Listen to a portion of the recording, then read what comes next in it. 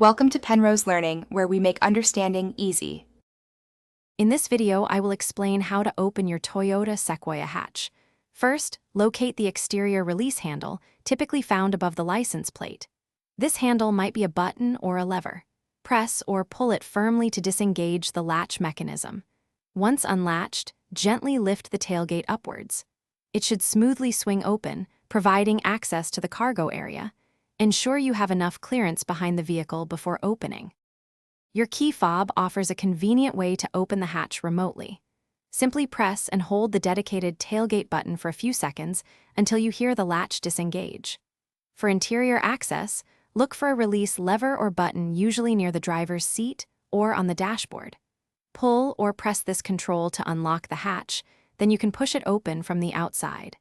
This is especially useful when loading items from inside the vehicle.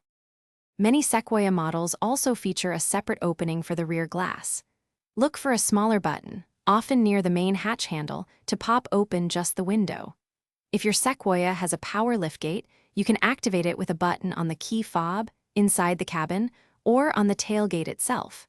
The liftgate will automatically open or close. You can usually stop its movement by pressing the button again or manually adjust it if necessary. If your hatch isn't opening, first check for any physical obstructions or debris around the latch mechanism. Make sure the vehicle is fully unlocked, as a locked car will prevent the hatch from opening. Sometimes, a simple jiggle of the handle can help.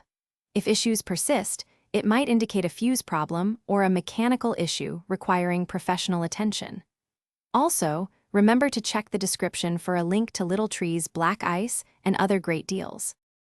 Thanks for watching. If this was helpful, leave a like and consider subscribing. See you next time.